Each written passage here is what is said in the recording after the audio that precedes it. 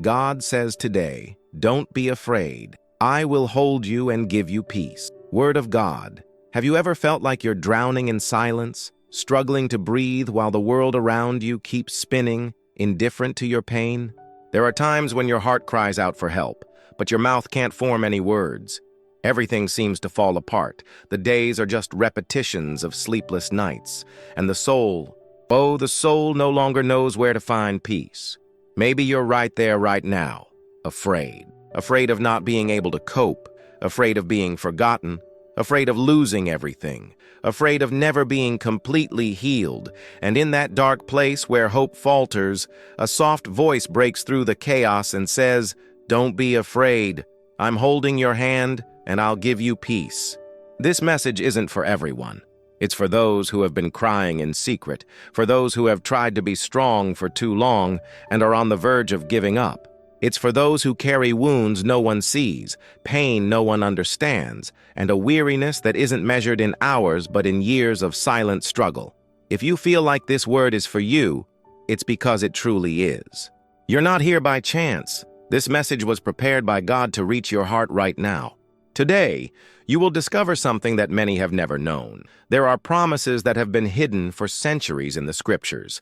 Promises that God holds his children's hand firmly even in the darkest days and delivers a peace that does not depend on circumstances but on his living presence. Take a deep breath, because what you're about to hear could be the answer you've been waiting for. A word that will not only touch your mind, but will also pierce the walls you've built to protect yourself. God will speak to you today not like a religion speaks, but like a father speaks to a child on the verge of collapse. Few people have access to this truth, and you are among them. Get ready, because in the next few minutes, every word will be a divine call directly to your spirit, and you will feel God whispering to your heart, "Don't be afraid, I'm with you." Open your heart to this message. It is a sacred moment, an invitation straight from heaven to your weary soul. You are not here by chance. Jesus brought you to this message amidst so much content, so many distractions, so many voices trying to fill the void. It was precisely here that he chose to speak to you. And he is saying, "Do not be afraid. I am holding your hand. I myself will give you peace." This is a living promise, a word that is current, not just a distant memory. If this message has already begun to touch your spirit, enjoy this video as an act of faith, as a form of evangelization, because each like allows this word to reach someone who right now is thinking about giving up on life. Your click can be a divine instrument of rescue. Write in the comments as a declaration of war against fear. Say with courage, "I am in God's hands, and I choose to trust." Don't be afraid to expose yourself spiritually here. You are in a safe place, a community that believes, suffers, prays, and walks together. And if you are not yet part of this channel, I invite you to walk with us by subscribing to the channel and activating notifications. Because here, you find relief. Here you are seen, welcomed, and cared for.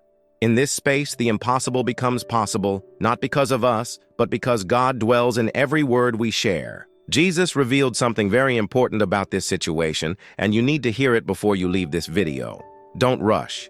Something profound is about to be revealed. A spiritual truth that will reframe your pain. Prepare yourself, for God can speak directly to you today. The voice that calms storms can silence the chaos within you right now. Open your heart. You are about to discover a promise hidden for centuries, and today, finally, it has been revealed to you. Imagine standing before a crowd in an unfamiliar place with the mission of leading an entire people into the unknown. The voices around you are filled with anticipation, but inside you, all you hear is fear. Fear of failure, fear of not being enough, fear of not being ready. That's exactly how Joshua felt. After Moses' death, the weight of an entire nation fell on his shoulders. He wasn't just a successor. He was an ordinary man who overnight had to deal with the responsibility of leading lives. How many times have you felt this way? A new challenge, a sudden change, a responsibility that seems bigger than you. And deep in your soul, that paralyzing question, what if I can't do it? Joshua was about to cross the Jordan. The people were anxious, but inside he was at war. The past reminded him that he was only a helper. The pain of Moses' absence was still present, and insecurity echoed in his mind. Am I capable? It was at that moment that God spoke firmly, tenderly, and truthfully. Have I not commanded you? Be strong and courageous. Do not be afraid or discouraged, for the Lord your God will be with you wherever you go. Joshua 1:9. This word wasn't just for Joshua. It spans generations and reaches you today. Maybe you're not on the banks of a river, but you're facing decisions that seem impossible. Maybe you're wondering how you'll move forward with your marriage in crisis, this recent diagnosis, that bill due tomorrow, and the money that hasn't arrived. You feel like the ground is about to fall away, and all you wanted was a safe hand to hold yours. And it's at that very moment that God whispers to you, fear not. I sustain you, I hold your hand, and will give you peace. Fear is an invisible prison. It paralyzes the spirit, drives away clarity, and isolates us from hope. It tells you that you can't handle it, that you're incapable, that you're alone. But this is the great lie the enemy sows. Fear does not come from God. The Spirit of the Lord is one of power, love, and balance. When he says, do not be afraid, it's not a cold warning. It's an invitation to rest. It's like a father who sees his child lost in the dark and takes him by the hand, saying, I am here. Now look within yourself. What has been paralyzing you? What area of your life is hindered by insecurity? What do you know you need to do, but can't because fear seems overwhelming? God isn't waiting for you to become strong before acting. He acts now, precisely in your weakness. His strength is perfected in your vulnerability. Joshua only crossed the Jordan because he decided to trust, not because he felt ready, but because he believed he was not alone.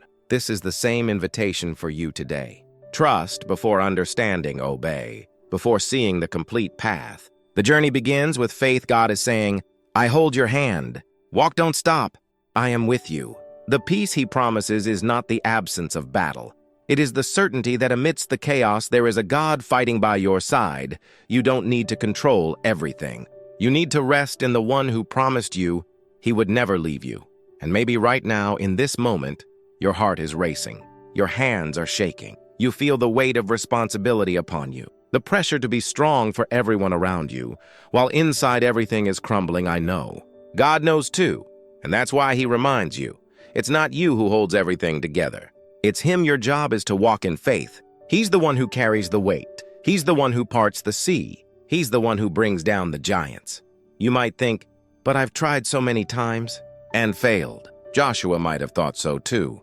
He saw firsthand the people doubt, complain, and backslide. He carried memories of defeat. But God didn't call him based on what he'd experienced, but on what he, God himself, was about to do through him. The same goes for you. God doesn't call you because of your past. He calls you because of the promise he placed within you, and this promise does not depend on your perfection, but on his faithfulness. Now stop for a moment, take a deep breath. Close your eyes if you can imagine God's hand touching yours, firm, loving, safe. Imagine his voice whispering in your spirit, fear not, I am here. This moment is sacred, because the truth is, you were never alone. You were just trying to carry something that was always greater than your capacity. But now it's time to surrender to trust, to surrender to the care of a God who has never lost a battle. If this word spoke to you, declare your surrender in the comments with faith. Lord, I choose to trust, even in fear. Write as if you're breaking free from doubt, as if you're crossing the Jordan of your soul.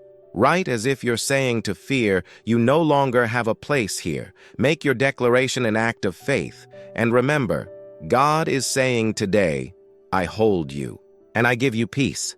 This is a living word, an eternal promise, an invitation to the rest that only he can offer. But there's something almost no one realizes about fear, and what you're about to hear could completely change the way you deal with emotional exhaustion.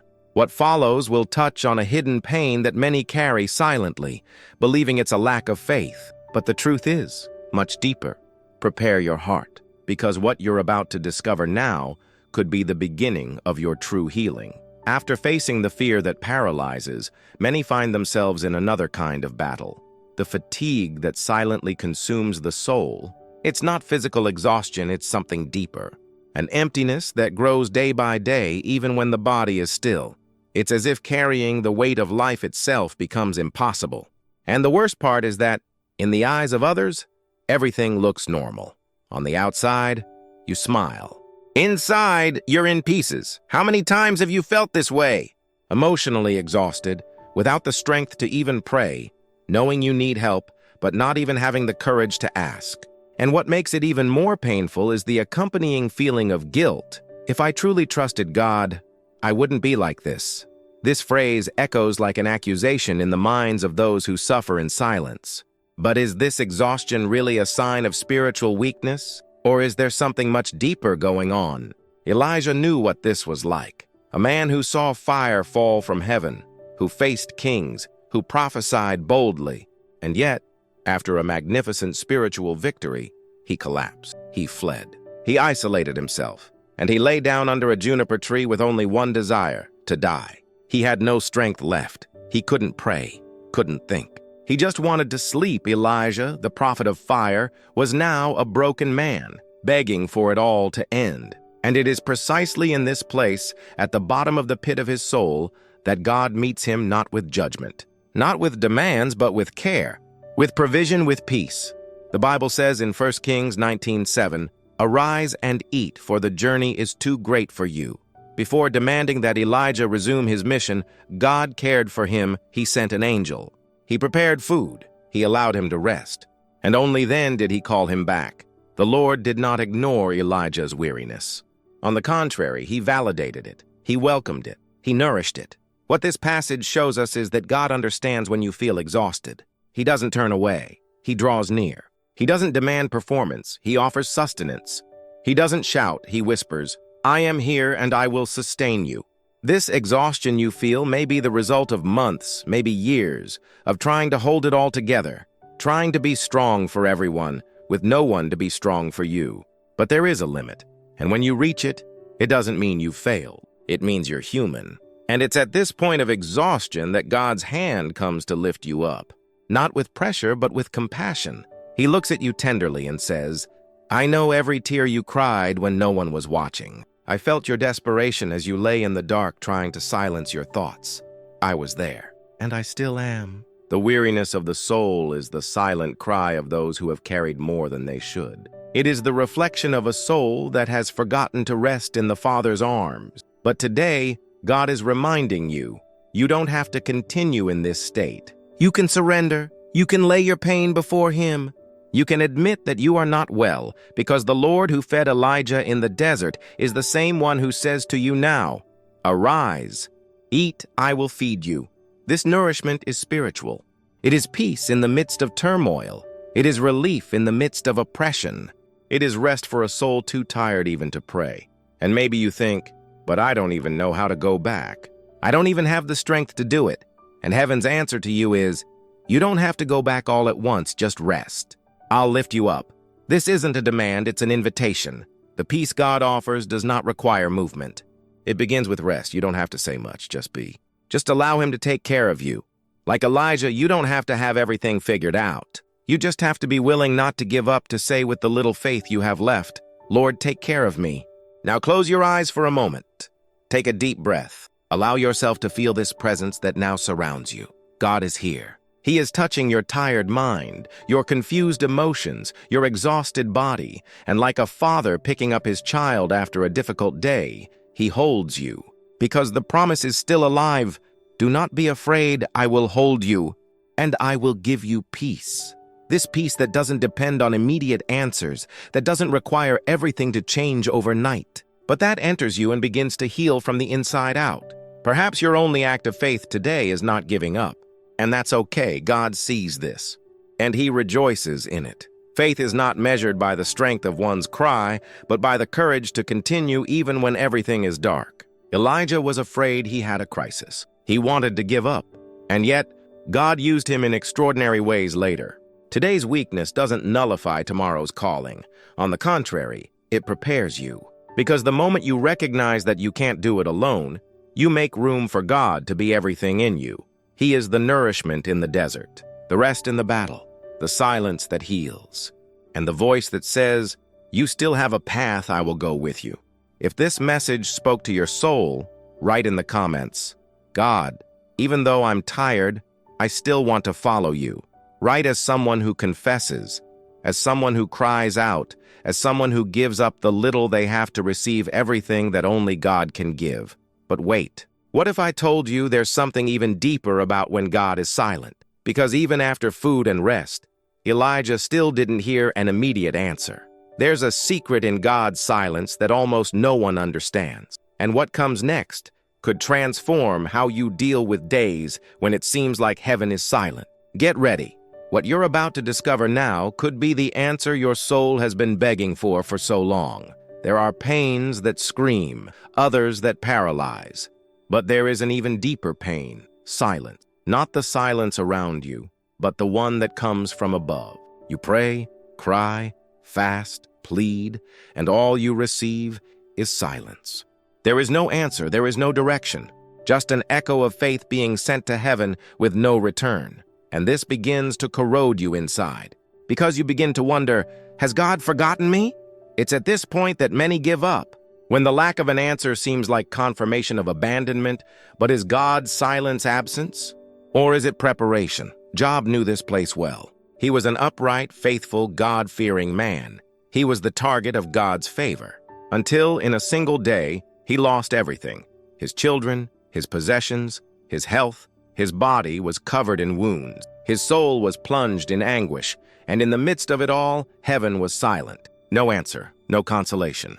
The friends who came to comfort him accused him. His wife, who should have been his support, asked him to curse God and die. Job was alone. And the hardest part wasn't what he lost, but what he no longer felt, God's presence. He cried out, and it seemed no one heard. He sought God and found him not. And it was there in the deepest silence that Job's faith flourished, because true faith is not based on what one sees or hears, but on what one believes despite everything. Job said something that resonates to this day as one of the boldest declarations of faith. "Though he slay me, yet will I trust in him." Job 13:15. This phrase didn't come from someone being healed. It came from someone in ruins. Job didn't need to understand the plan. He just needed to trust in God's character, and that changes everything. Because when you understand that God's silence isn't contempt, but trust, you begin to mature spiritually. God knew Job would endure. He knew that silence wouldn't be the end, but the process. And maybe you're right there right now, praying, and everything feels the same. Crying, and the doors remain closed, but this isn't proof that God has abandoned you. It's a sign that He is leading you to a deeper level of trust. How many times have you asked yourself, "God, why don't you speak to me?" What if the answer is, because you already know in your spirit what you must do, and now it's time to walk by faith? Silence is uncomfortable, but it's also fertile. It's in silence that roots grow. It's in the darkness of the earth that the seed sprouts. A miracle often doesn't begin with a word, but with the silence that forces the soul to search deeper, and it's in this place that true peace is revealed. Not the peace of resolved circumstances, but the peace that arises from absolute rest in God. Jesus also went through this. In Gethsemane, He cried out until he sweat blood. He asked for the cup to pass. But heaven remained silent on the cross. He cried out, "My God, why have you forsaken me?" And there was no answer, not even from the Son. This shows that God's silence is not rejection, it is mystery. And in mystery, there is grace, there is purpose. There is a Father who, even in silence, continues to sustain. You may not feel it, but He is holding your hand. You may not hear it, but He is leading every step. So breathe, don't despair over silence. It's not a punishment, it's an invitation. An invitation to trust beyond logic, to rest beyond explanation, to believe when everything seems contrary. God isn't distant. He's just teaching you to listen differently. Sometimes He silences His voice to awaken your sensitivity, so that you perceive Him in the little things, in the wind, in the word, in a tear, in the touch of a brother. And when you least expect it, the voice will return. But when it returns, you will be more mature, firmer, deeper. Perhaps the only prayer you can pray today is, God, don't let me give up. And that's enough. Heaven hears you, even in the silence, and the answer will come. Not in the way you expect, but in the way you need, because the promise remains real. God sustains you. He is your peace even when all is silent. If this word reached you, write now in the comments. Lord, even in silence, I trust in you. May this be more than a sentence. May it be a decision, an act of war against doubt, a cry of faith in the midst of silence. And if you know someone who's experiencing this time of emptiness, share this video. It might be just the voice their soul needed to hear, but wait. What if I told you there's a fear even more paralyzing than silence? One that lurks every night, takes hold of your chest, and slowly suffocates you? Yes, anxiety. The kind that feeds on tomorrow. And what you're about to hear now could radically change the way you view the future. Prepare yourself, because what comes next is a divine answer for those who have not slept in peace for a long time. After the silence that hurts and the waiting that tears the soul apart, there is a new type of pain that often goes unnoticed. The fear of what has not even happened yet. Anxiety about what could go wrong. Anxiety. The constant anguish of imagining scenarios that may never come true, but that consume us as if they were already reality. This kind of fear is invisible, but it suffocates. The body is still, but the mind races non-stop. Thoughts invade without asking permission, turning tomorrow into a battlefield, even before the sun rises. You try to sleep, but your heart races. The pillow becomes a battlefield. Because the fear of the future has been greater than the peace of God. Maybe you're experiencing exactly this. You try to move on, you try to trust, but it seems like something's always about to go wrong. You anticipate pain. You prepare for losses that haven't yet arrived, and in this attempt to protect yourself, you lose the now. You lose presence. You lose security of those who are held by the Father's hand, because when fear of tomorrow takes over, it steals hope, hijacks faith, and weakens the soul. It's like walking on emotional quicksand. The more you try to stand on your own, the deeper you sink. But Jesus saw this kind of suffering. He spoke to those who were like this, anxious about what they would eat, wear, face. And in Sermon on the Mount, he uttered words that echo to this day, like balm for afflicted hearts. Therefore do not worry about tomorrow, for tomorrow will worry about itself. Each day has enough trouble of its own. Matthew 6:34. It's as if he's saying, you're carrying a burden that isn't even yours, leave it to me. Because God is already in tomorrow. What scares you? He's already overcome. What paralyzes you? He already knows. What you can't control is completely under his control. But how can we trust this when the fear is so real? How can we rest when our heart insists on racing? The answer isn't to fight fear with human strength. It's to accept Jesus' invitation. Come to me. He didn't say, fix everything and then come. He said, come as you are. Because true peace is not born when everything is in place. It is born when the heart finds rest, even in the midst of chaos. That's why the best remedy for anxiety isn't knowing what's going to happen, but knowing who you're trusting. Imagine the disciples in that boat, with the storm raging all around them. The sea was raging, the wind howling, the waves crashing. And in the midst of it all, Jesus slept. How can anyone sleep in such a setting? The answer is simple.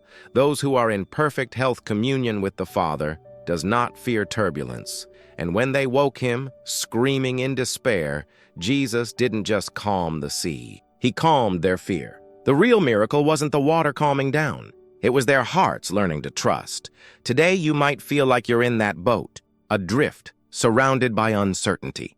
But there's one promise that still stands. You are being held. You are not alone in the sea of anxiety. Even if everything seems unstable, his hand does not tremble. Even if tomorrow seems uncertain, he is the same yesterday, today, and forever. This is the solid rock, the true rest. The relief that no therapy or planning can offer because only God's love casts out all fear. But here's a question that needs to be asked. Could your anxiety be a lack of faith or a silent cry for help that you don't have the courage to express? How many times have you heard that trusting God is simply leaving it in his hands, but no one taught you how? Today, Jesus isn't demanding your faith. He's teaching you to rest. Resting is the most powerful act of trust. It's saying, I don't know what will happen, but I know who is with me. And that's enough. It sustains. It heals. If this word spoke to your heart, write it in the comments as a living prayer. Lord, teach me to rest in you. Write as if you were stripping yourself naked before God and saying, I can no longer bear to anticipate suffering. Do this as a surrender, as an act of public faith, as if you recognize that you need to be freed from the prison of anxiety. But what if I told you there's a pain even more silent than anxiety? A wound that many hide even from God. That feeling of being invisible, ignored, not belonging. A solitude of the soul that doesn't depend on being accompanied or not. And what comes next could be the answer your heart has always silently sought. What you're about to hear can free you from the enemy's cruelest lie. That no one cares, get ready. There's a divine revelation coming to heal that wound you've never been able to name. Sometimes what hurts the most is not what happens, but what seems to never happen. The absence of gestures, words, and care. The lack of eyes that see, ears that hear, arms that welcome. There is a silent, almost invisible pain that slowly erodes. Loneliness. And what makes this pain even more cruel is that it is often experienced in the midst of a crowd. You are surrounded by people, yet you feel alone. You sit at the table, yet you feel invisible. You smile, but inside, you are suffocating. The absence of presence affects the soul. The absence of connection shakes the spirit. Maybe you're carrying this today. Maybe no one sees what you're going through. Maybe not even those who should understand you most realize the weight you're holding in your chest. And the more you try to appear strong, the more no one notices how much you're crumbling inside. The loneliness of the soul doesn't depend on the number of people around. It arises when we feel like no one sees who we are, what we feel, what we need. It's like screaming underwater. The pain has no sound, but the heart slowly drowns. But there is a story in the Bible that shows that God sees even what no one else wants to see. A woman named Hagar, an Egyptian servant who was used, humiliated, rejected, and abandoned. After becoming pregnant with Abraham's son, at Sarah's command, she was cast out and found herself alone in the desert pregnant, helpless, rejected. She fled, aimless, without direction, without identity, and it was in this place of abandonment that heaven bent down. An angel appeared to her, not with judgment, but with care, with a name, with purpose, with guidance. And at that meeting, she said something that resonates to this day. You are the God who sees me, Genesis 16:13. She did not say, you are the God who speaks to me, or the God who blesses me. She chose to emphasize the fact that she was seen, because sometimes all the soul needs is to be seen. Knowing that someone notices, that someone cares, that you're not invisible to the world. And God in that desert didn't just see Hagar, he called her. He valued her. He reoriented her. And he promised that the child she carried would have descendants. What does this teach you? That no matter how rejected you are, God's promise is not revoked by people's opinions. Hagar was unlikely, she was invisible to human eyes. But God knew her by name. The world may ignore you, but God sees you deeply. You are not a mistake. You are not leftovers. You are the target of the loving gaze of a father who does not look away even when you hide. When no one else pays attention to what you feel, he is already there, holding your soul and offering peace to the emptiness that no one else can reach. But what if the loneliness you feel is actually an invitation from God for you to rediscover that the most important presence never left you? What if this absence of human company is the setting where the divine presence wants to reveal itself? Hagar's wilderness seemed like an end, but it was the beginning of a new identity. What seems abandoned to you today can be fertile ground for spiritual rebirth. The promise continues, fear not, for I am with you. He doesn't just see, he stays. He hears the thoughts you never had the courage to voice. But here's a tough question. Have you been hiding in your pain because you think no one cares? Or because you secretly doubt that God really sees you? This is where your faith is challenged. Not to pretend everything is fine, but to make room and let God touch the most neglected area of your life, the loneliness of the soul. Because there is deep healing when you understand that heaven is watching you. When you delve deeper into God's presence, even the desert becomes a place of intimacy. If this word spoke to you, write now in the comments, "Lord, I believe that you see me even when no one else does." May this sentence not be just a declaration. May it be a redemption, a reconstruction, a rebirth, right as one who breaks the silence, as one who declares, "I am not alone. God's gaze is upon me." And if this word touched you, enjoy this video as an act of evangelization. But what if I told you that there is another type of pain even more cruel than loneliness? One you don't confess because you think it disqualifies you before God. The guilt of what you did. The weight of the past that insists on reminding you that you failed, that you fell, that you disappointed. What comes next will reveal a powerful truth about redemption. What you're about to hear could break the chains of shame that have held you captive for years.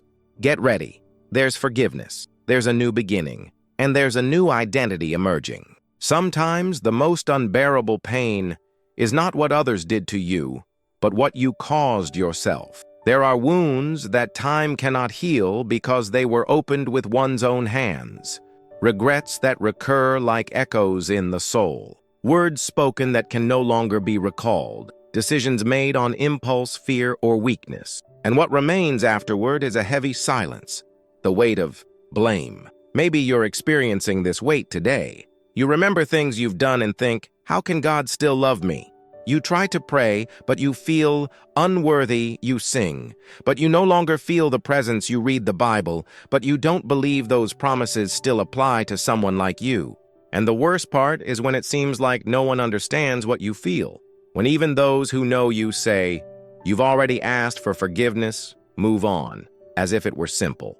As if guilt did not have the power to poison the soul inside. But the truth is that even those closest to Jesus went through this. Peter, the impulsive and courageous disciple, the one who said he would give his life for Jesus, who walked on water, who saw miracles up close, who confessed that Jesus was the Christ. This same Peter, at the most crucial moment, denied his master 3 times. And it wasn't a simple failure. It was a public betrayal. It was abandoning Jesus when he needed him most.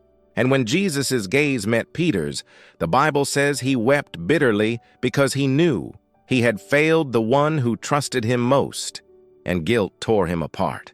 Now imagine what went through Peter's mind in the following days. Jesus crucified. He had no chance to explain himself, to ask for forgiveness face to face, the feeling of having lost everything, the shame, the emptiness, the pain of seeing yourself as a traitor. Pedro didn't know that the promise of redemption was already underway. He didn't know that Jesus' plan went beyond his mistake, that the same Jesus he denied would return in love to restore him. And that's what happened. After the resurrection, on a beach, Jesus encounters Peter again, but he doesn't confront him harshly. He doesn't demand anything. He doesn't expose him. He doesn't humiliate him. Jesus asks a question, "Peter, do you love me?" And he repeats this question 3 times. The same number of times Peter denied him, because each affirmation of love healed a past denial. Jesus was saying, "I know what you did, but I'm not going to leave you stuck in it. I still have a mission for you." And then he says, "Feed my sheep," John 21:17. This answer changes everything, because it shows that God not only forgives, but restores purpose. He not only cleanses the error, but trusts again. The same Peter who failed was chosen to preach on the day of Pentecost. The same Peter became one of the pillars of the early church. The pain of his past was transformed into spiritual authority. What was a source of shame became a testimony of grace. Now I ask you with courage and love, is what you feel as a burden really regret, or a prison the enemy created to keep you from moving forward? Jesus' forgiveness is real. It is not superficial. It is not conditional. He holds your soul so that you walk safely again. The only voice that accuses you is the accuser's. The Father's voice says, "Get up. I still believe in you." Can you see yourself as Peter? Can you imagine yourself being restored? Because that's exactly what God wants to do with you right now. He's not demanding perfection from you. He's reaching out and offering peace where there was only guilt. He knows your pain, he saw your fall, but he's also prepared your new beginning. You no longer have to carry this burden alone. You've been forgiven. You've been washed clean. Now it's time to experience what comes next. Redemption, mission, new identity. If this word spoke to you, write in the comments as an act of surrender. Jesus, restore me and send me. Do it like a prayer, a decision to no longer live chained to what happened. Write it down to publicly declare that you choose grace, not guilt mission, not regret. God's love, not the judgment of men. But what if I told you there is a suffering even more paralyzing than guilt? What if what you are facing is not just the memory of past mistakes, but the absence of a present meaning, the feeling of living, but without purpose, of waking up every day, but without knowing why? What you're about to hear next could be the revelation that gives new meaning to your existence. There is something hidden in your story that God wants to activate, something you never realized, but that He already wrote from the womb. Prepare your heart. What comes next could redefine the course of your life. There is a kind of emptiness that doesn't hurt physically, but consumes everything inside. You wake up, do what needs to be done, smile out of obligation, but carry a question that insists on not being silenced. What am I here for?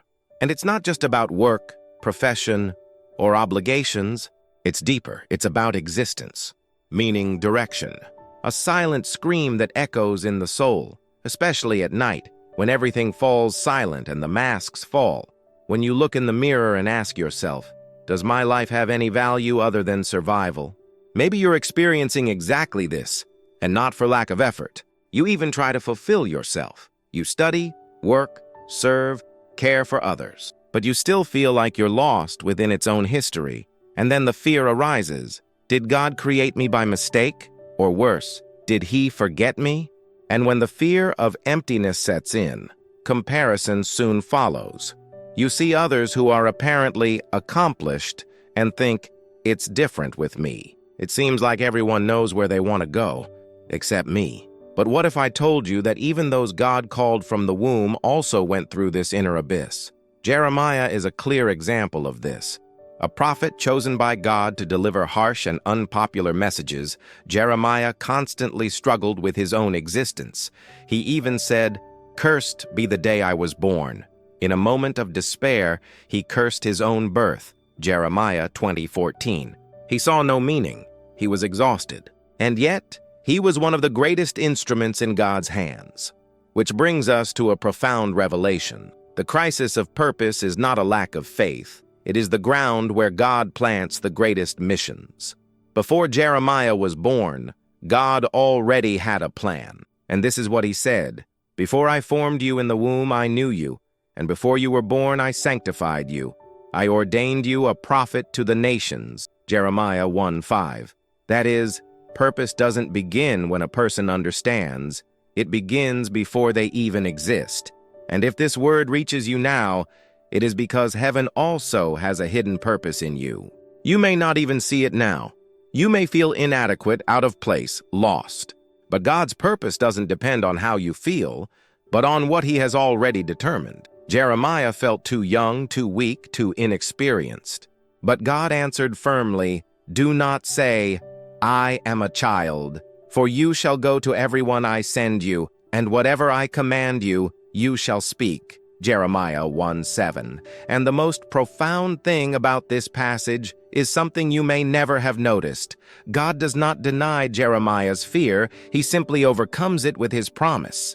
Maybe you're waiting for a sign, a confirmation, something extraordinary to believe that your life has value. But what if the fact that you're here, listening to this message, is the sign you asked for? What if God is saying right now, "Son, I know you. Before the fear, before the doubt, before the confusion, I had already set aside something eternal for you. Your existence is not accidental. It is intentional. You carry an eternal purpose, even if you don't see it clearly today. But why, then, do we feel this emptiness so much? Because the soul knows it was born for something greater. And when the spirit distances itself from its calling, the heart feels like it is wandering. It's no wonder so many successful people still feel lost, because success is no substitute sense, and meaning is only found in God. He not only gives direction, He holds your hand and leads you with peace. The mission He has for your life is accompanied by presence, promise, and security. He doesn't just call you, He walks with you. If this word spoke to your soul, and you want to understand the reason for your existence, write in the comments, "Lord, reveal to me your purpose." May this phrase be more than a request. May it be the beginning of a journey, a fresh start with direction, a spiritual awakening. God has no forgotten children. He has promises in the process of being revealed. Declare with faith that you were not born by chance. You were born to accomplish something that only you can achieve. No matter your age, background, or condition, what He started, He will finish. But what if I told you that the greatest test of purpose isn't finding it, but having the courage to keep going when everything threatens to take it away? Because there are times when God reveals the calling and then seems to take everything away, as if He were saying, "Do you trust me, even if you don't understand?" What you're about to discover will confront one of the greatest fears of the human heart, the fear of losing everything you love. And if that fear is holding you back today, the next story could be the key that sets you free. Because there's a promise that only activates when you surrender what you most fear losing, and it can radically transform your relationship with God. There is a kind of fear that paralyzes even the spirit. It's not a fear of the dark, heights, or fleeting situations. It's the fear of losing what you love with all your heart. The fear of seeing everything that seemed secure crumble before your eyes. A family, a job, a marriage, a dream, a child. There are people who live with this fear every day, even without ever saying it. They smile to others, but inside they live suffocated by the constant tension that something terrible could happen at any moment. It's as if there's a silent war raging within the heart. A disguised anxiety that steals sleep, drains energy, and emotionally exhausts even the strongest. Have you ever felt this way? Have you spent entire nights trying to imagine how you would stay afloat if you lost what you love most? This fear is real, and worse. Sometimes it comes disguised as prudence, as if it were normal to live expecting the worst, just to avoid disappointment. But the truth is, this kind of thinking isn't protection, it's a prison.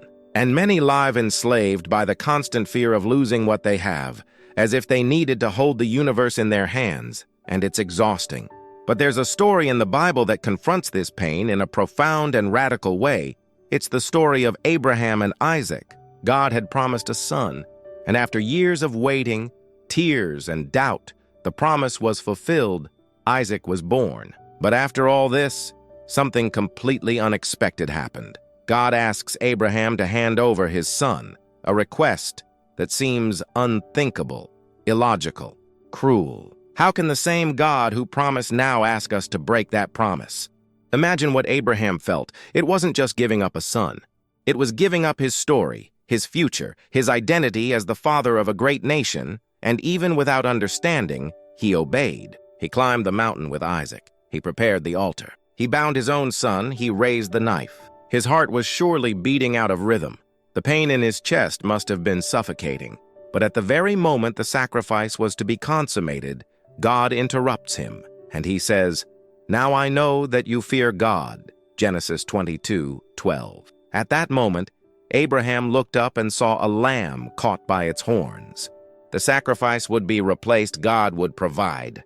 And it was there, on that mountain, that Abraham declared in faith, "On the mountain of the Lord it will be provided." Genesis 22:14. This story isn't about a God who demands loss.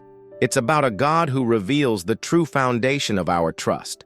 Because when we surrender what we most fear losing, we cease to be slaves to fear and become children of faith. Abraham understood that what held him back wasn't his son. It was the greater promise behind him. And that's it promise that brings peace and security, even in the midst of resignation. Now look at your life. What has been causing anxiety in your heart today? What area is the fear of loss preventing you from living freely? A relationship? Financial stability? The health of someone you love? Perhaps you're trying with all your might to hold on to something that truly needs to be given up. Don't give to lose, give to trust, because everything you put in God's hands is safe. Jesus himself said that whoever loses for his sake will truly win. The kingdom of God does not operate with human logic. He cares for what is yours more zealously than you could ever care for it. God doesn't want to take away what makes you happy.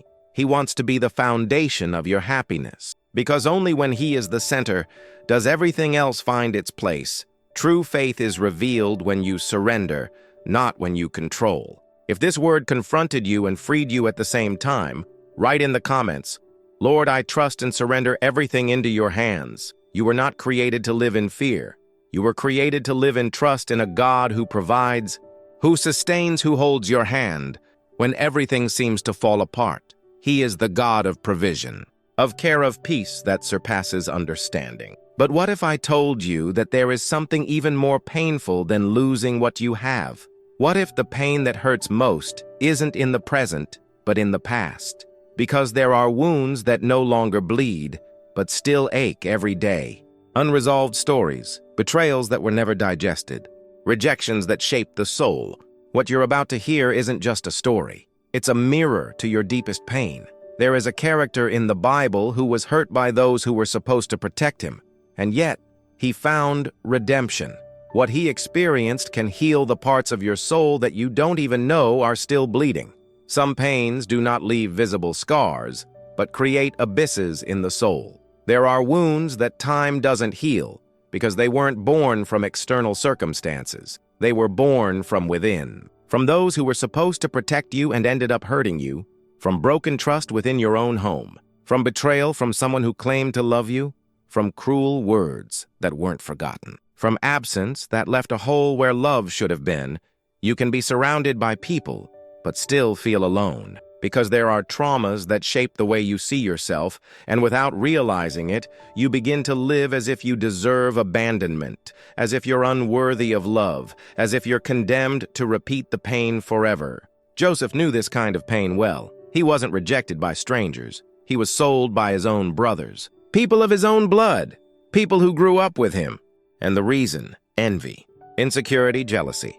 Joseph was loved by his father, and that was enough to arouse hatred in others. The plan was cruel: throw his brother into a cistern, stain his tunic with blood, invent a story, and leave him to die in unknown lands. But God had other plans, and what was supposed to be destruction became the beginning of a process. Joseph was thrown into a pit, sold into slavery, wronged, unjustly imprisoned, but never abandoned. Can you imagine what he must have felt? To be separated from everything and everyone, carrying in his mind the scenes of rejection, betrayal, and injustice. Joseph could have become bitter. He could have lost himself in grief, but somehow he chose to keep his heart aligned with God. And that made all the difference. Because those who hand over their traumas to God find a healing that the world cannot offer. Years passed. Joseph grew. He was exalted. He became governor of Egypt. But the real miracle wasn't the promotion. It was the forgiveness. Because when his brothers appeared before him, hungry, desperate, and afraid, Joseph could have taken revenge. But he chose restoration. And it was in that moment, looking into the eyes of the one who hurt him, that he said one of the most powerful statements in the Bible. "You meant evil against me, but God meant it for good." Genesis 50:20. This phrase did not come from a place of denial, but of transformation.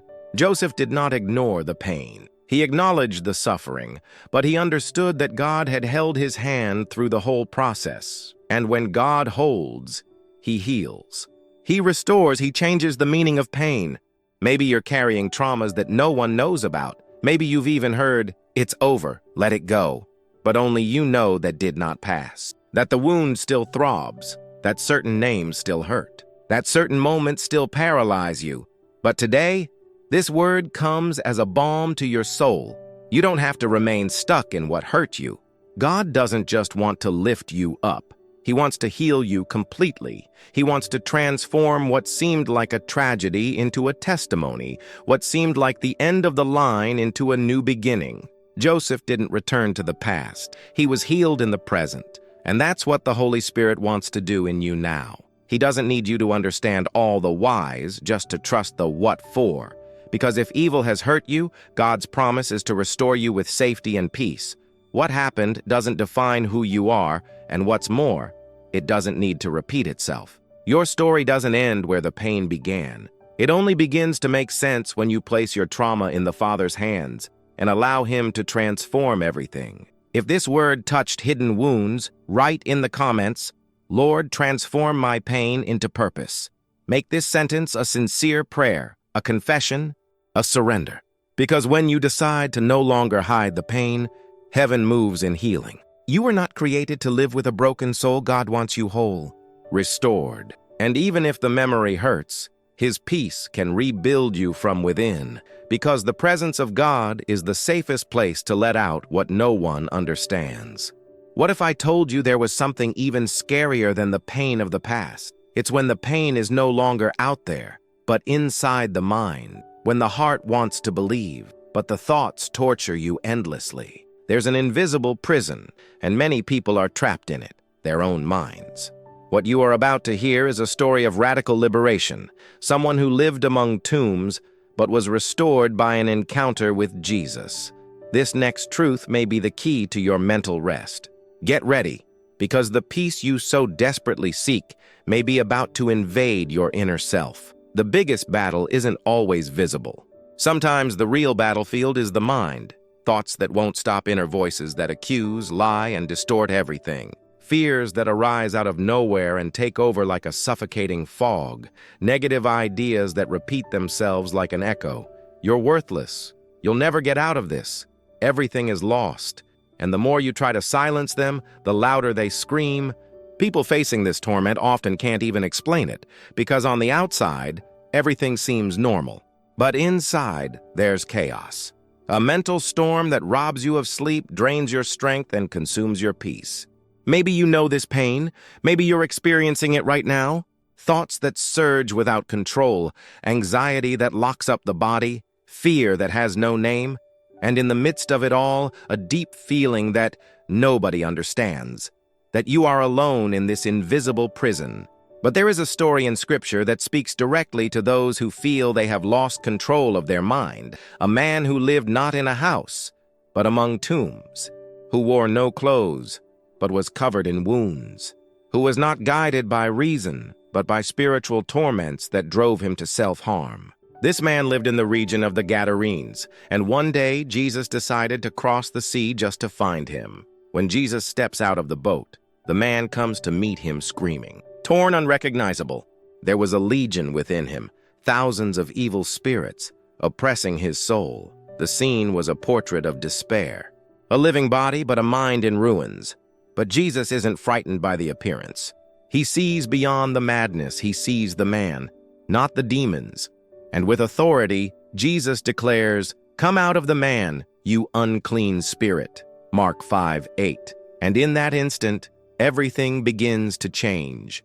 The liberation is so intense that soon after, the one who was screaming before is now sitting, dressed and in perfect judgment. Mark 5:15. The same mind that was at war is now at peace. The same soul that was lost has now found rest. Because when Jesus enters the storm, He brings order to the chaos. He holds together what seemed uncontrollable. He restores what was shattered. He reassures the mind that was on the verge of collapse. Maybe you identify with this man more than you'd like. Maybe you don't live among tombs, but you feel like your mind is pulling you away from people, that your anxiety is pushing you away from everything, that your thoughts are darker than you can admit. And maybe you're even afraid to say it out loud. But there's good news. Jesus crosses any distance just to find you. He goes where the pain is hidden. He sees what no one else sees, and where the world only sees madness. He sees a soul that needs to be held with tenderness and power. Jesus didn't come for those who have everything under control. He came for those who can no longer stand pretending everything is okay. He came for those who cry alone, for those who have tried everything, for those who are tired of living with their minds at war.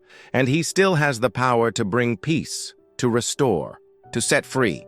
What He did in Gadara, He still does today. The storm doesn't have the last word. Destructive thoughts are not your identity. You are not alone. You are not what you think. You are what God declares about you. If you need this mental liberation, write in the comments, "Jesus, calm my mind and take control of my thoughts." Write as if crying out, as if deciding to break the silence. Declare this prayer as a cry of faith, because the first step to healing is allowing Jesus to see your pain, and he never rejects anyone who approaches broken. Today could be the day your soul is finally calmed by his presence. But what if the pain is even deeper? What if the problem isn't what you feel now, but the feeling that God has already left you behind? There are times when your mind doesn't scream, but your spirit groans, as if an invisible distance has formed between you and God, as if he's too far away to hear. And this feeling of spiritual abandonment can be even more devastating than any other. What you are about to hear may change your perspective forever, because even Jesus went through this moment, and what he experienced reveals something extraordinary about the Father's heart. Get ready, because what comes next could be the key to restoring your intimacy with God. There is a kind of silence that is scarier than any scream. It's the silence that seems to come from heaven, the feeling that you pray, and nothing happens that you cry out, and no answer comes that you seek. But God isn't where he used to be. It's an emptiness that settles within the soul, a suffocating feeling of spiritual abandonment. And the more time passes, the more the doubt grows. Has God turned away from me? Has he abandoned me? This pain is real, and the worst part is that it doesn't come from outside. It comes from the deepest place of the heart, where faith used to dwell. There are times when even the most familiar verses don't seem to comfort you. You hear that God is love, but you feel rejected. You hear that he is close to those who call upon him, but everything around you indicates otherwise. And when the pain is deep, silence feels like punishment. You begin to wonder if you're being punished, if you're no longer worthy of his presence. And this doubt, subtle and corrosive, begins to wear away at your soul one day at a time, one unanswered prayer at a time, until you almost give up. But what if even Jesus himself went through this? On the cross, about to give his life, Jesus shouts something that few have the courage to admit in front of others. My God, why have you forsaken me?" Matthew 27:46. The one who never sinned, the one who always had fellowship with the Father, the one who heard the voice from heaven and walked full of the Holy Spirit. At that moment, he experiences abandonment. The beloved Son feels rejected. And more than physical pain, more than the crown of thorns or the nails, what hurt Jesus most was God's apparent silence. But why did this happen? Why did God, who had always been with the Son, seem absent at that moment? The answer is harsh, but liberating, so that you would never have to feel this eternal abandonment. Jesus took on the pain of separation to ensure that you would never walk alone. His absence was so that you could have access to his presence. The anguish he felt bought his peace. His momentary insecurity opened the doors to his eternal security. And that's why, even when you feel nothing, he's still with you. Even when he seems far away, he's holding you in a way that pain can't undo. A felt absence is not a real absence. God's silence is never contempt. It is treatment. It is teaching. It is a molding love. He is not far away. He is silent but present, like a father holding his child while they cry, without saying anything, just staying there until the pain subsides. The author of the letter to the Hebrews reminds us of a promise that needs to echo within your soul today. I will never leave you. I will never forsake you. Hebrews 13:5. This phrase is not just comfort. It is a foundation. It is an anchor. It is a refuge when everything around us is falling apart. God is not limited to your feelings. He does not need to be felt to be present. And perhaps it is precisely in this emotional desert that he is closest, because there you learn to believe even without seeing. You may be experiencing nights without answers, prayers without answers, tears without comfort. But listen to this. You have not been forgotten. The fact that you're still here, listening to this message, is proof that heaven continues to move in your favor, that there is a living promise surrounding you, even if invisible, that you can indeed live in peace, even in the midst of pain, because this security does not come from the absence of problems, but from the constant presence of the one who promised never to leave you. Now, look inside honestly. How many times have you believed that God abandoned you because you felt nothing? How many times have you confused silence with abandonment? Maybe you're in that exact place right now. Maybe you think your faith has cooled, your prayers have lost their power, your spiritual life is dead. But take a deep breath. Close your eyes and realize there's something still pulsing inside. A sigh from your soul saying, I still want God. And that's enough for him to reveal himself again. He's closer than you think. If you feel like heaven has gone silent, but you still decide to trust, write in the comments, I continue to believe, even without feeling. This declaration is like a cry of faith in the midst of darkness, an act of war against the lies of the soul, a step toward reconnecting with his presence.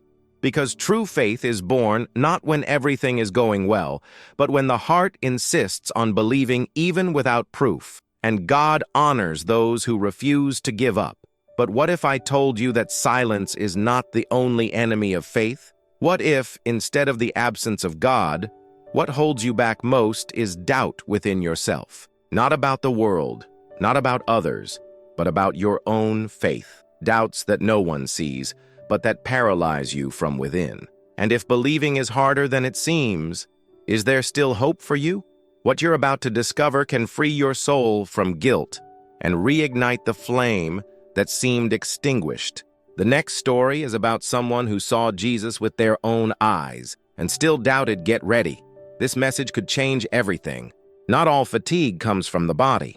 Sometimes, what really weighs on us is the doubt that no one sees. It's waking up trying to believe, but with your soul in conflict. It's trying to sing praises, but with your heart murmuring questions. It's praying and feeling hypocritical because inside your mind a voice insists on asking, what if this is all an illusion? What if God doesn't answer because he's never been listening to me? You look at others and see faith. You see confidence. You see certainty.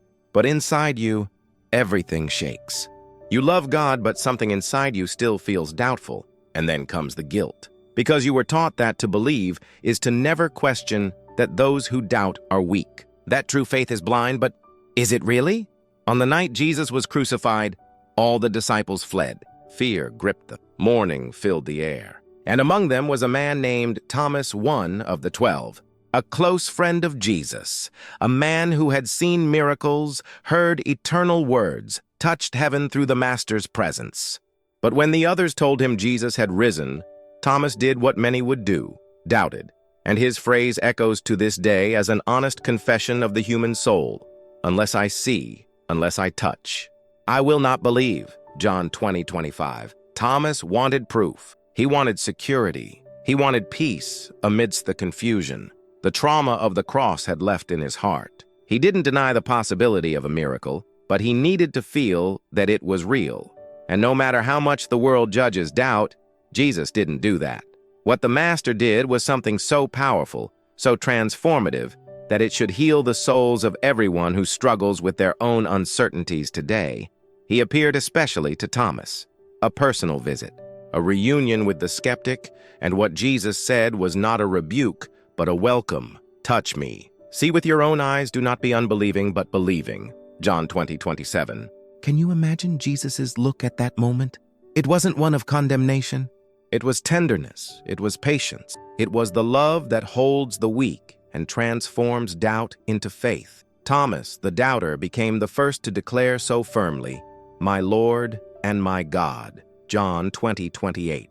Because Jesus didn't just answer doubt, he used doubt as a bridge to revelation, and that's exactly what he still does today. Maybe you're in that place right now, a place of wavering faith, an unstable ground where part of you believes, but the other part is too tired to continue holding on to that faith. And the worst part is that besides the pain of doubt, you also carry the weight of guilt. Because you think God loves you less because of this, that his promise is no longer for you. But if Christ himself came to meet Thomas, what makes you think he wouldn't do the same for you? You are not less loved for doubting. You have not lost access to grace by questioning. Jesus understands your humanity. He knows the traumas that shape this insecurity. He knows of the prayers that seemed ignored, the losses that shook your faith, the answers that never came. And yet he is saying, "Come touch me. Start over, I am still the same." Doubt only becomes dangerous when you hide it, when you pretend everything is fine, but inside you're falling apart. When you turn the appearance of faith into a prison. But when you have the courage to place your doubt before God, as Thomas did, then the miracle of revelation happens. It is in this place of sincere fragility that you rediscover peace, because to true security doesn't come from never doubting. It comes from knowing that even when faith falters, Jesus stands firm, holding his hand. He doesn't demand perfection. He just wants you to be honest, to confess with humility and faith that you're trying to believe again, that you're struggling to trust the promise, that you still believe there's hope, even if it's fragile. Because faith isn't the absence of doubt. Faith is continuing to walk, even with doubts in your heart, believing that God's love is greater than the confusion of your soul. If you feel like you're struggling to keep your faith alive, write in the comments, "Lord, I believe, but help my unbelief." Write this sincerely, as a prayer, as a cry, because heaven is not moved by religious formulas, but by broken hearts that still dare to hope. And if this message spoke to you, share this video with someone who also needs to know that God does not abandon those who have doubts. But what happens when you decide to believe, even with your heart in pieces, and yet everything falls apart around you? When faith is firm, but circumstances scream otherwise. When prayer is constant, but doors remain closed. What happens when heaven seems closed and chaos takes over? The following biblical story is an emotional and spiritual shock that will confront you with a surprising truth. Peace doesn't always come before prison, but the promise lives on even in the darkest nights. And what these two men did inside a cell may be the missing key to your inner liberation. Get ready. What you're about to hear now can completely change the way you live your faith. Sometimes the pain isn't in losing faith, but in having faith and watching everything fall apart. When the soul still believes, but life seems to mock that belief. When you pray sincerely, serve with dedication, wait with hope, and yet everything around you begins to crumble. You look at your life and ask, why? Why, even though you believe, is everything going wrong? And the worst part is that amidst the chaos, accusing voices, both external and internal, emerge, telling you it's your fault, that you're paying for something, that your faith wasn't enough. But what if the truth is just the opposite? The scene is a prison, dark, cold, full of chains. Righteous men, but chained. Paul and Silas, two faithful servants of God, had just been brutally beaten. And why? Because they freed a woman from spiritual oppression. Because they did good. And, as a reward, they were thrown into the deepest prison, their feet chained in the stocks. No explanation. No defense, no immediate divine intervention. Nothing. Now imagine the physical pain, the open wounds, the dried blood on their clothes. But beyond the bruised body, their hearts were torn apart by injustice. They could have cried out, "Lord, where is your mercy? Promise of protection? Where is your peace?" They could have silenced the revolting soul, but no. Paul and Silas did the unthinkable. Around midnight, they began to sing praises. Acts 16:25. Midnight, the symbol of the end, the darkest hour, the moment when many give up. But it was precisely there that they chose to worship. No guarantees, no visible miracles, no answers. They decided to trust in the security of God's presence, even when everything around them screamed abandonment. And then the ground shook. An earthquake shook the prison's foundations. All the doors flew open. All the chains fell. And the jailer, seeing this, was so shocked by the men's reaction, who, even though free, didn't escape, that he threw himself at their feet and asked, "What must I do to be saved?" Do you understand what happened here? Praise in pain became liberation, not only for those who were imprisoned, but also for those who were blind. The suffering of Paul and Silas, experienced with faith and surrender, became a living testimony. God didn't just free them, He used them. And this is where many are mistaken. They think that when everything goes wrong, it's because God got out of control. But what they forget is that sometimes God's plan involves pain to reveal the glory that only suffering can expose. You may be in that place right now. In a kind of emotional prison, maybe everything is falling apart around you. Broken relationships, ruined finances, devastating diagnoses, friends who left you, people who betrayed you and you keep believing but tired, crying out but without answers, waiting but without change. And in the meantime, your soul begins to bleed. But today, this word comes to you to remind you of something hell tries to make you forget. Not every prison is proof of failure.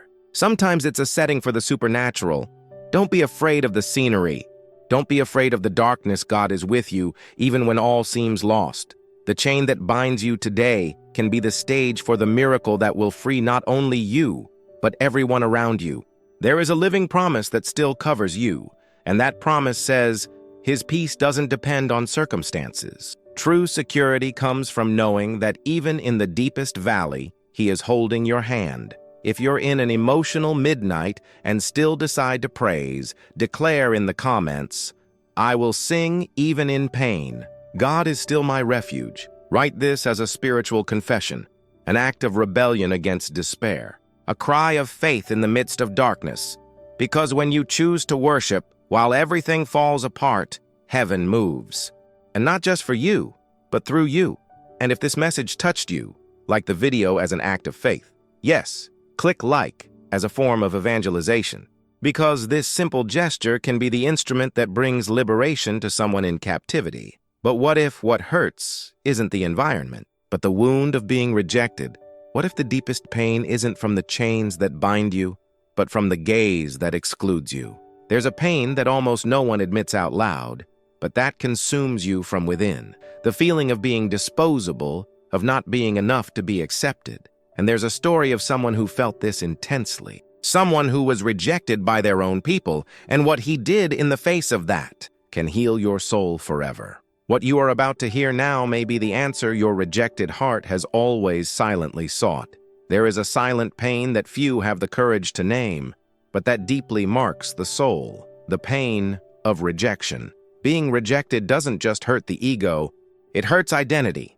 It breaks invisible bonds that connect a person to their most intimate value. Being ignored, left aside, forgotten, or overlooked by those you most wanted acceptance is an experience that doesn't just hurt. It reconfigures the way a person sees themselves. How many times have you tried to be enough? How many times have you molded yourself to please, to be accepted by friends, family, or leaders? But no matter how hard you try, the result is always the same. You remain the leftover. What is politely heard but rarely truly desired. And the question that arises within is brutal. What is wrong with me? The Bible reveals to us something that changes everything. Even Jesus was rejected. Yes, the Son of God, the perfect Lamb, love in human form, was rejected by His own. As John 1:11 says, He came to His own, and His own people did not receive Him. Can you imagine the weight of this? Jesus, who created the world, entered it incarnate with His heart open to love, and was rejected by the very people who should have recognized Him.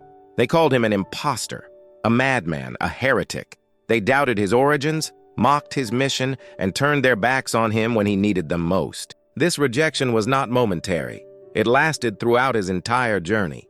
Even among His closest disciples, He experienced abandonment. Judas betrayed Him. Peter denied Him. The others fled. The cross, that place of pain and humiliation, was also the culmination of a life marked by emotional loneliness. And even there, suspended between heaven and earth, He looked at those who mocked Him and said, Father, forgive them, because even when rejected, He remained whole. Even when denied, He continued to love, because Jesus knew who He was. His security was not in human opinions, but in the unwavering love of the Father. You may have been rejected by those you craved most. It could have been in childhood with harsh words from your parents. It could have been in adolescence being excluded for not fitting in. It could have been in relationships that started out promising and ended in abandonment. It could even have happened within the church, where you expected acceptance and found judgment. And today, even as you try to move on, you carry this emptiness. The constant feeling that you're not enough, that you need to prove yourself, strive, justify yourself. But this is not the life God intended for you. Don't be afraid to be who you are. A promise. The truth of the gospel is that you were chosen before the foundation of the world. Ephesians 1:4 says, "Just as he chose us in him before the creation of the world, that we should be holy and blameless before him." Do you understand what this means? That your acceptance in God does not depend on your performance, your appearance, or your performance. God doesn't just accept you, he wants you. He saw you when no one else did. He heard your tears when no one else listened. He loves you, held in the invisible arms of grace when everything around you said you were worthless. Jesus not only understands your pain, he has felt that same rejection. So when you cry out for him, peace, he doesn't respond with theory, he responds with presence. He comes closer, touches your wound and says, "I never rejected you. You were always mine." This changes everything. The rejection of men loses its power when you surrender to God's acceptance. But there is something important. As long as you continue to seek validation where you only find emptiness, you will continue to hurt yourself. Healing begins when you surrender this pain to the only one who never fails. When you close the door on frustrated expectations and open your heart to hear the only voice that truly matters, the voice that says, "Beloved son, I take pleasure in you."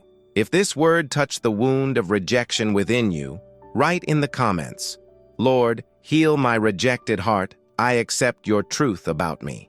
Write with courage. God is healing you as you speak. The shame is being ripped away. The label is being broken. And your soul is being restored. But what happens when the pain doesn't come from external rejection, but from emptiness within?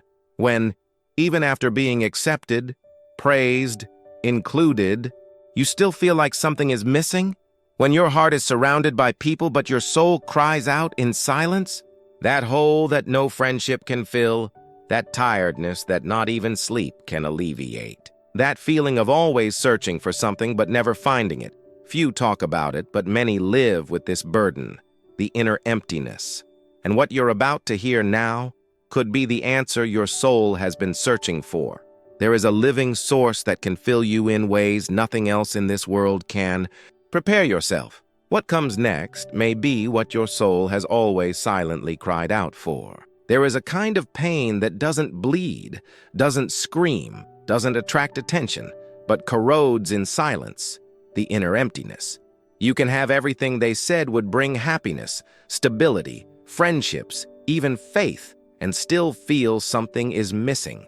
It's like being surrounded by voices, but with your soul silent, like being surrounded by people, but feeling invisible. A deep hole in the center of your soul that nothing can fill. And you try to fill it with distractions, with work, with religion, with pleasure, with knowledge, with social media. But the echo continues. Something is missing. This feeling is more common than it seems, and more dangerous than we imagine. Because emptiness isn't just a lack of meaning, it's a breeding ground for secret fears, unresolved guilt, and unanswered questions. And the more you ignore it, the more it grows. The more it takes the place of hope, courage, and inner peace. That is why Jesus had such an intentional encounter with a woman who lived in exactly this state, the Samaritan woman. She wasn't an ordinary foreigner. She was someone who had tried everything to be happy. She had been married 5 times. She was already in a 6th relationship. And yet, she would fetch water at noon, the worst time, to avoid the stares and judgment of the other women in town. She carried not only the water jug, but a history marked by frustration, misunderstandings, rejection, and loneliness. Her body was there, but her spirit was exhausted. She was thirsty not just for water, but for a kind of life she hadn't yet known. And it is in this setting that Jesus finds her. He sits down at the well and begins a conversation that doesn't begin with God, but with thirst. He asks her for water, but it is she who is thirsty.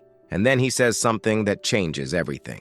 "Whoever drinks of this water will be thirsty again, but whoever drinks of the water that I will give him will never thirst. The water that I will give him will become in him a spring of water springing up to eternal life." John 4:13-14. Jesus doesn't just talk about religion. He talks about fullness, of true fulfillment, of a presence that fills all the empty spaces of the soul. He was saying to her and to you today, you no longer need to live trying to fill a hole that only I can fill.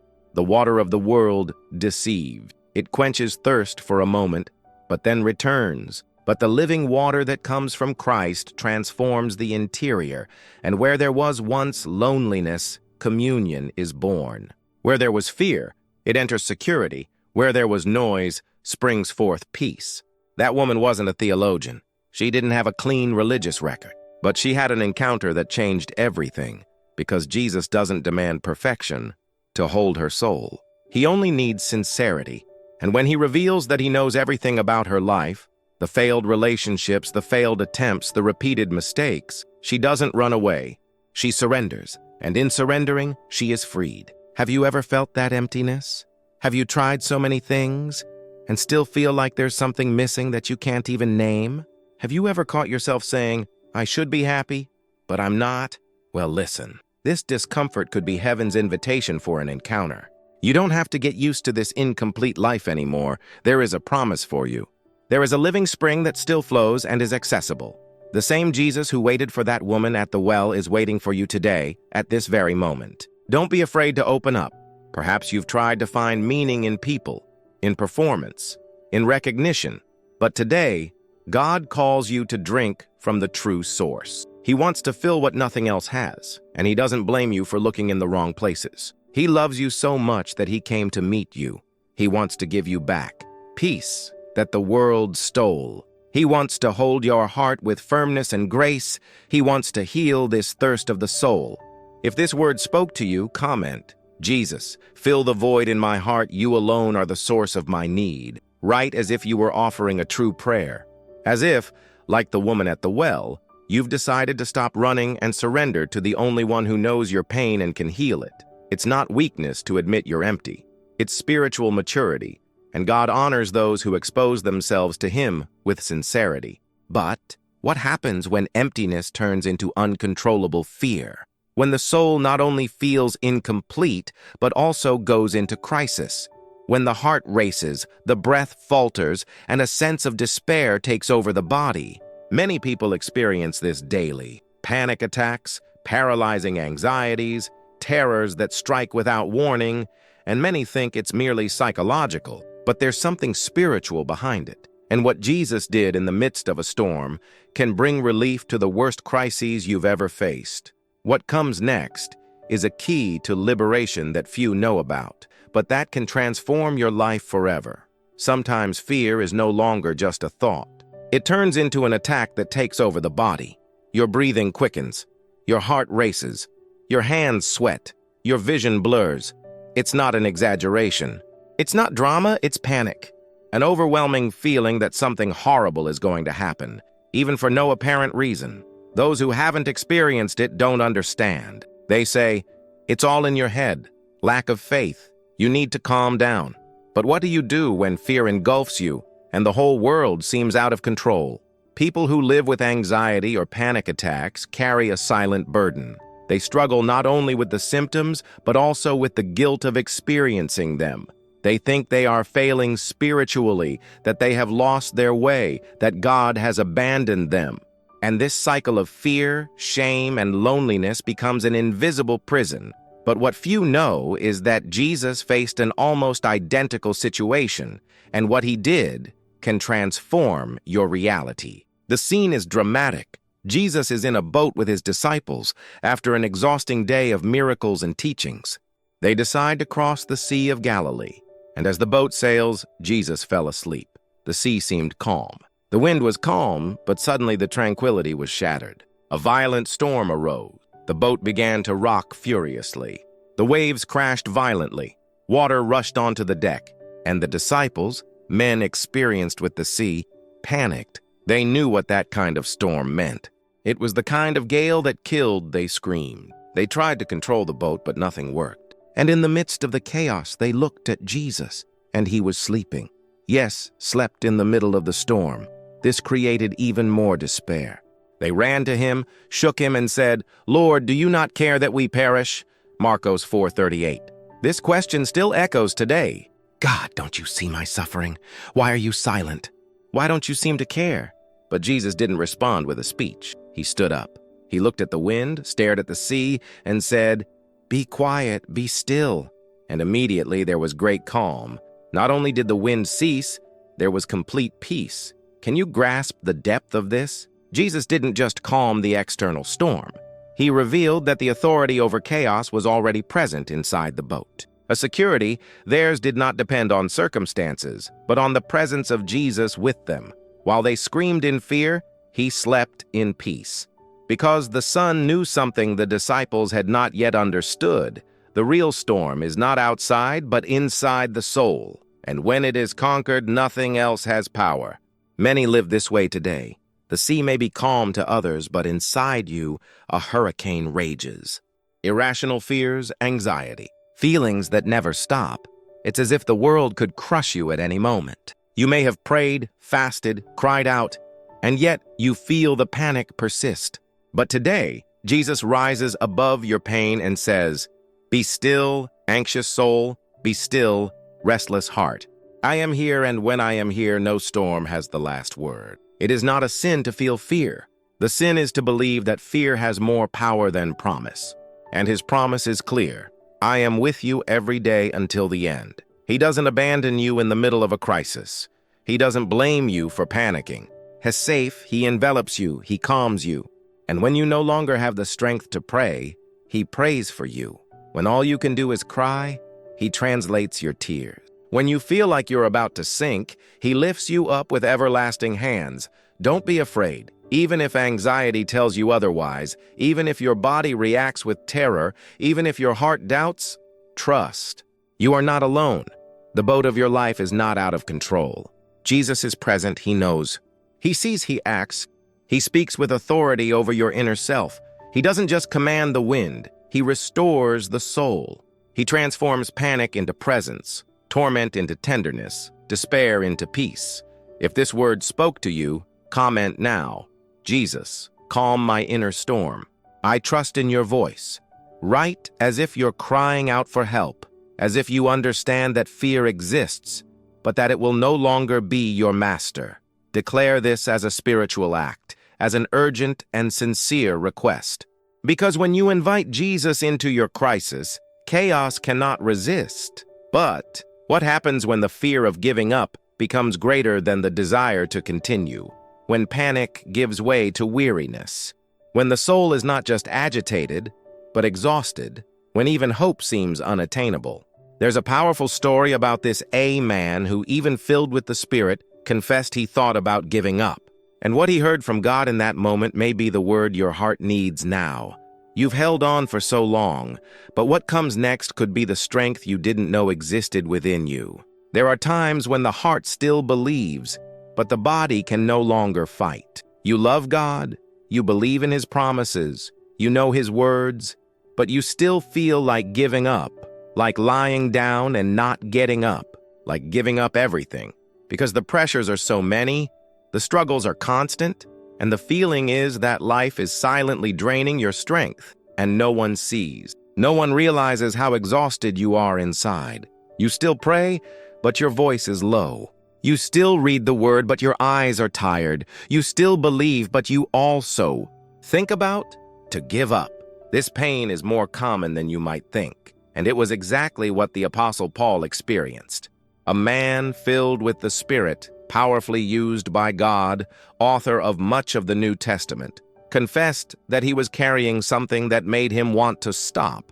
He called it a thorn in the flesh, something that hurt him, that humiliated him, that made him cry out for relief. 3 times he asked God to deliver him. 3 times he waited for healing. But the answer was not what he expected. God said, "My grace is sufficient for you, for my power is made perfect in weakness."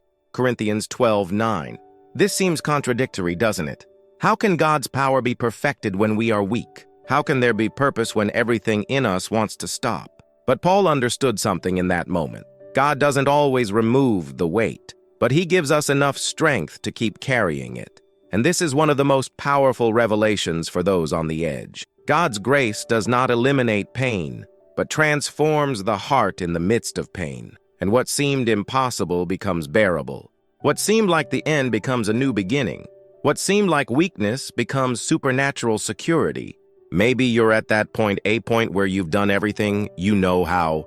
Pray, fast, believe, work. resist.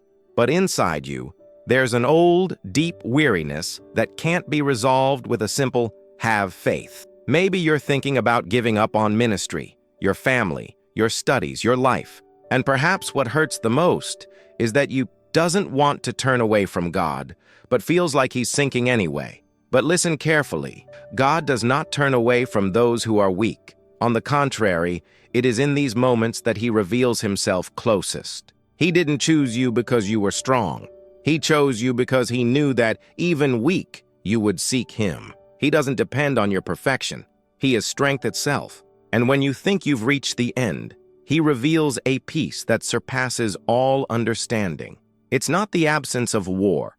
It's the certainty that even in the midst of battle, you is being held. Don't be afraid to feel tired. Don't think this makes you less spiritual. Great men and women of God faced these deserts. Moses asked to die.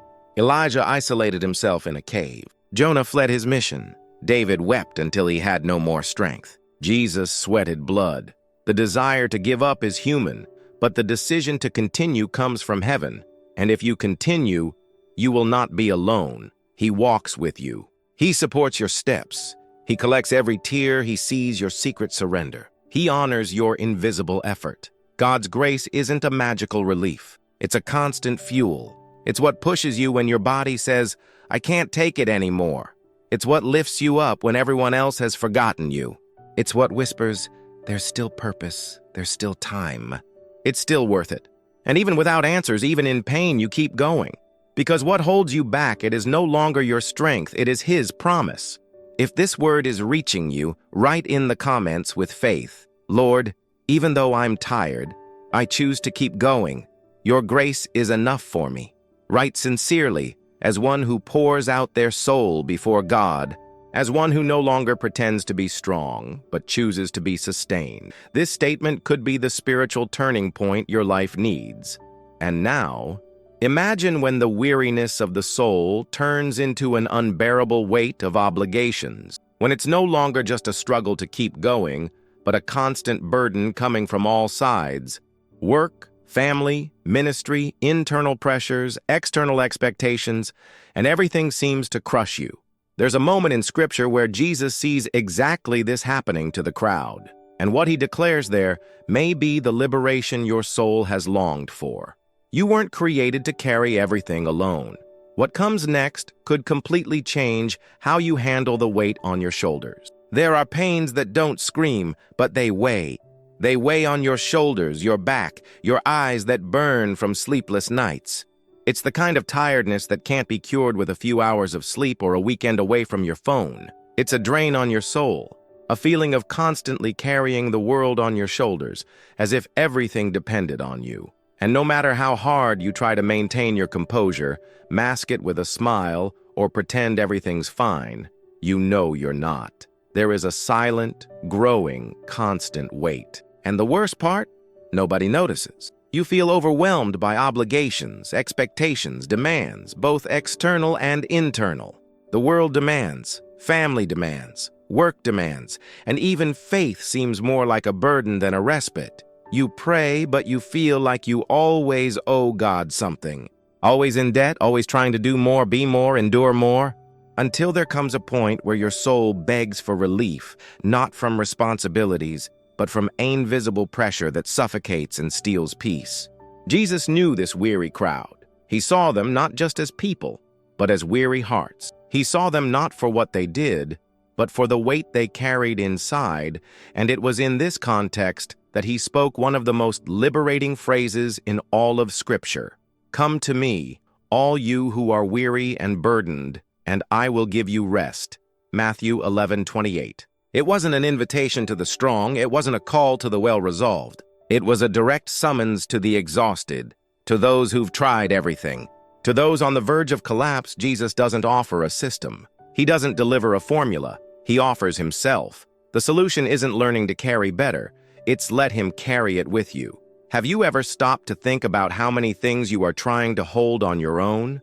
So many worries, so many commitments, so many unresolved traumas, all of this piled up on your mind and heart. And maybe you think it's your obligation to be strong, that if you stop, everything will fall apart. But Jesus never called you to that. He never expected you to be the hero of your story. He invites you to rest, to trust, to surrender.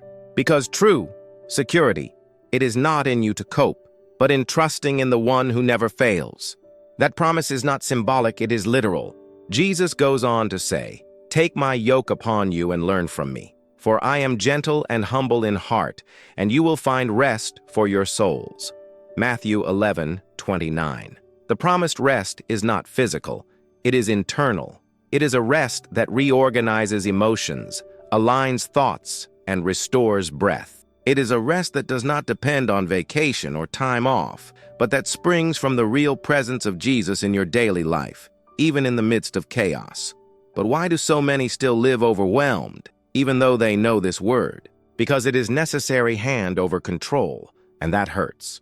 You have to let go of being the owner of your own story. You have to accept that being fragile is not failing, it is trusting, and Jesus expects you to admit it, to say, "I can't do it alone anymore." And in that confession, he comes in. He holds the weight. He shares the burden, he restores peace.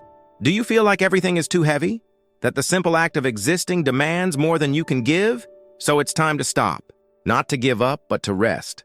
It's time to sit at his feet, as Mary did. It's time to let him minister to your weary heart. And when you do, you'll realize that what you were looking for, relief, rest, healing, was not in the performance, but in the delivery. If this word touches your heart deeply, write in the comments now, "Jesus, today I release the weight that crushes me. I choose to rest in you." This isn't just a phrase. It's a spiritual act, a conscious surrender. A silent but powerful cry for help. Declare in faith and allow him to lift you up with hands of mercy. But what if the weight you carry isn't just external, but comes from within? What if the real burden isn't what's around you, but the constant feeling that you're never enough? That no matter how hard you try, you always fail. That no matter how hard you try, it always seems to fall short? There's a man in the Bible who experienced this. Called by God, but filled with insecurities. And what God told him may be exactly what your soul needs to hear right now. You don't have to be perfect. You just have to trust that God equips those he calls. What comes next may heal wounds you've been hiding for years. How many times have you looked in the mirror and asked yourself, why would God choose me? Maybe you're someone who tries to get things right, who takes your faith seriously, who wants to do good, but still feels like you're never good enough. Every time you try something new, a voice echoes inside your head. You can't do it. You're not smart enough. You don't speak well. You'll fail. And so you hesitate, retreat, hide. Even with faith in your heart, you live in fear of disappointing God, others, and even yourself. This feeling is more common than you might think. And in fact, it's ancient. Long before you were born, a man named Moses also had to face this inner abyss. God chose him for a gigantic mission, to free the people from Egypt. But his response wasn't enthusiasm. It was fear, insecurity, emotional blockage. He looked at the greatness of his calling and said, "Ah, Lord, I have never been eloquent. I am slow of speech and slow of tongue." Exodus 4:10. In other words, I'm not good enough. I'm going to fail. Moses felt that his weakness disqualified him. But God was not looking at his performance, but at the availability of your heart. What he answered Moses is one of the greatest remedies against insecurity. "Go, for I will be with your mouth and teach you what you must say." Exodus 4:12. That is, it's not about how good you are. It's about who goes with you. And when God goes, there is security, there is direction, there is peace. Even in the midst of fear. Have you ever stopped obeying God because you were afraid you wouldn't be able to do it? Have you ever turned down opportunities because you felt too small? Have you ever doubted that God could use someone like you, with your mistakes, your traumas, your shy speech, or your history marked by limitations? If so, know that you are in the company of all those called by God. He never chose the strongest. He always called the unlikely. Because it is precisely in weakness that his power is revealed. Fear of failure is one of the greatest thieves of purpose. It paralyzes. It empties. It convinces you that it's okay to live a lukewarm faith, as long as you avoid the risk of failure. But that kind of faith doesn't bring true peace. It only masks the pain of those who feel called to something greater, but are running away. God wants to restore your identity today. He wants to whisper to your heart, "Do not be afraid. I have called you. I am sending you. I am sustaining you. I am going with you." And even after Moses began his mission, the difficulties did not disappear. He faced resistance from Pharaoh, contempt from his own people, and constant internal doubts. But there was something that sustained him, the presence of God. Moses knew that no matter how great the challenge, if the Lord was with him, and so, in one of the most profound moments of his journey, he declared, "If your presence does not go with us, do not make us go up from this place." Exodus 33:15. Presence was his greatest source of security. That was what gave him the courage to face giants, even with his heart trembling. You can also be used, even if you feel afraid. You can also speak, even if you think you don't know. You can love, even if you carry wounds. You can lead, even if your heart is insecure. Because God doesn't demand perfection. He responds to surrender, and he promises to walk with you. He promises hold your hand, promise you to teach on the path. You just need to take the step of faith. And when you launch out, even trembling, he will honor you. Because promise, his is this: "Fear not, for I am with you. Be not dismayed, for I am your God. I will strengthen you. I will help you. I will uphold you with the right hand of my righteousness." Isaiah 41:10. If this word is breaking something inside you, comment with faith. "Even though I'm afraid, I accept God's call."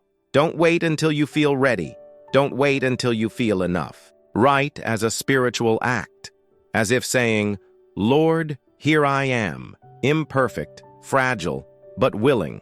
This comment can be the bridge between the doubt that paralyzes you and the courage that will set you free. And if you feel like you don't have the strength to even believe anymore, if you feel like you've reached your limit and can't see a future, there's one last promise, and it's for you. It's for the dark days, for the moments when everything seems too late. It's the promise of life even when everything seems dead. The story that follows carries the greatest upheaval of faith. And what Jesus did there wasn't just a miracle. It was a sign that the end is never the end when he is present. What comes next can spark new hope within you, even if everything around you tells you there is no solution. What if everything already seems lost? What if time has passed, prayers have piled up, but nothing has changed? There are times when despair isn't about something going wrong. It's about the fact that it's gone too far. The marriage has already fallen apart, the health has worsened, the diagnosis has arrived, the child has left, the money has run out. It's not just about pain, it's about the end. It's about a feeling of emotional death that paralyzes the soul when the last hope slips through your fingers and the only thing left is silence. That was exactly the mood in the home of Martha and Mary. They had sent a message to Jesus. "Lord, the one you love is sick." It was Lazarus, their brother, a dear friend of Jesus, the one who had so often welcomed him into his home, who listened to him, who loved him. They were certain that the Master would come after all. He always arrived on time. But this time, Jesus took his time. And when he arrived, Lazarus had already died. 4 days, there was nothing left to do. The pain wasn't just from the loss, it was from the feeling that God did not come when they needed him most. Martha ran to meet Jesus and said, her heart broken, "Lord, if you had been here, my brother would not have died." John 11:21. And maybe this is the phrase you carry in your heart too. If God had acted sooner, my marriage would still be here. If he had answered that prayer, I wouldn't have lost my job. If he had been with me at that time, I wouldn't have sunk so low. What hurts isn't just what happened, it's the feeling that God arrived too late.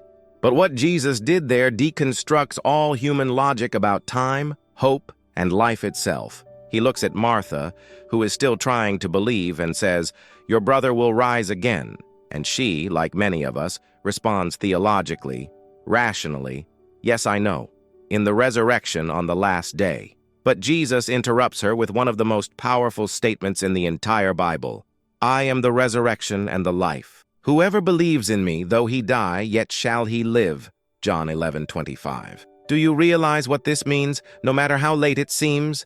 No matter if everything is already buried, if there is faith, the promise still breathes. Even if the scenario is one of death, Jesus is life in person. And when he decides to act, the impossible bends. The tomb loses its power. Decomposition recedes.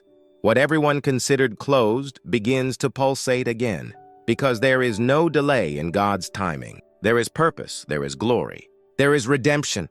When Jesus went to the tomb of Lazarus, he cried, and that's so profound, because it shows that even knowing the end of the story, he sympathizes with the present pain. He is not indifferent to your suffering.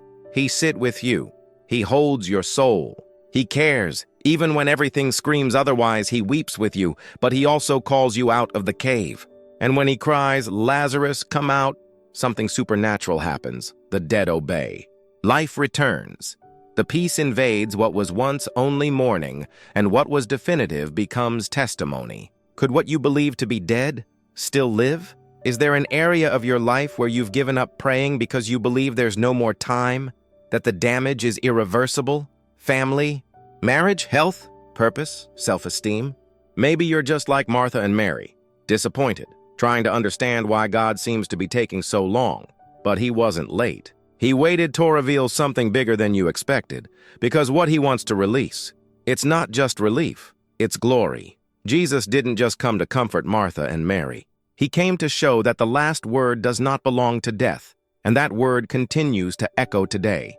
He is saying to you, fear not, I can still bring back to life what has died. When everything seems hopeless, that's exactly when the true security is born, not from a favorable scenario, but from his presence, because he is the God who enters even the tomb if necessary, to hold your hand and bring you back. If this word sparked something within you, declare with faith in the comments, Lord, even though it seems late, I believe that you can still bring life to life. Write this sentence as an act of spiritual resistance, as someone who refuses to bury hope, as someone who stares at the grave and says, it's not over yet. Your comment could be the key to unlocking dormant faith and opening a new spiritual cycle in your life. And if this message touched your heart deeply, share this video with someone who is also experiencing days of loss, emotional death, and God's silence.